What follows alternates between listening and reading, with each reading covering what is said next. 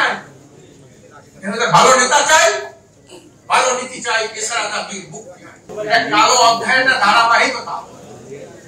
কালো অধ্যায় শুরু হয়েছিল ব্রিটিশ আমলে 200 বছর, এরপরে পাকিস্তান আমলে 33 বছর, আর বাংলাদেশ আমলে কত বছর? 54 বছর। এই সবটাই কিন্তু ছিল কালো অধ্যায়। কেন কালো অধ্যায় ছিল?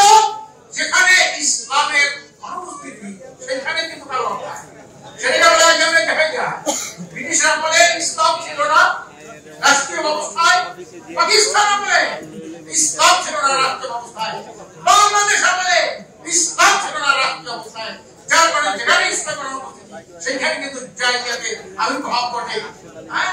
সংগ্রামী ভাইরা আমার, আজকে অত্যন্ত দুঃখের সাথে বলতে হয়, বাংলাদেশ বিশ্বের তৃতীয় বৃহত্তম মুসলিম রাষ্ট্র।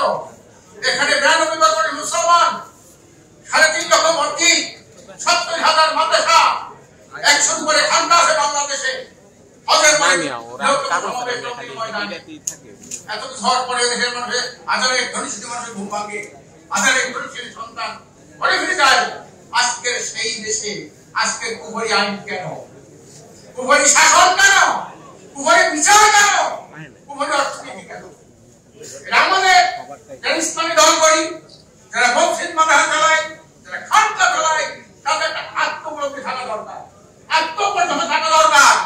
এতগুলি দল, এতগুলি মাদ্রাসা, এত মসজিদ, এত আলেম ওলামা, এত মুসলমানের সংখ্যা, সেই দেশে কুফরি আইন চলে, কুফরি বিচার চলে, কুফরি শিক্ষা চলে, মসজিদের পাশের গলিতে হোস্টেল চলে।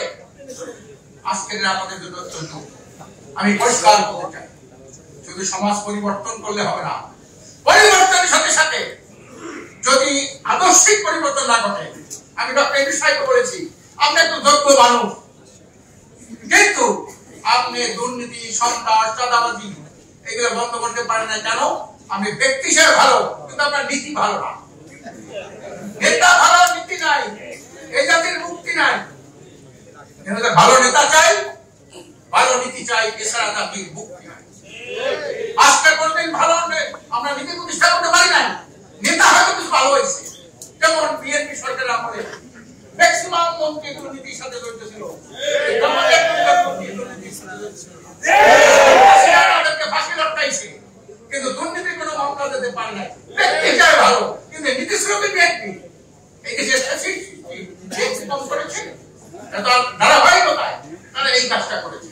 কাজেই শুধু নেতার পরিবর্তন করলে হবে না, নীতিরও পরিবর্তন চাই। এটা যদি না হয় তবেই হবে না। হয়তো এই সরকারের পরিবর্তনের পর পরিবর্তন হবে, নেতার পরিবর্তন হবে, পরিবর্তন হবে, আন্দোলন সংগ্রাম হবে, দেশ জাতির মানুষের ভাগ্যে কোনো পরিবর্তন হবে না, অন্ধকার দূরীভূত হবে না।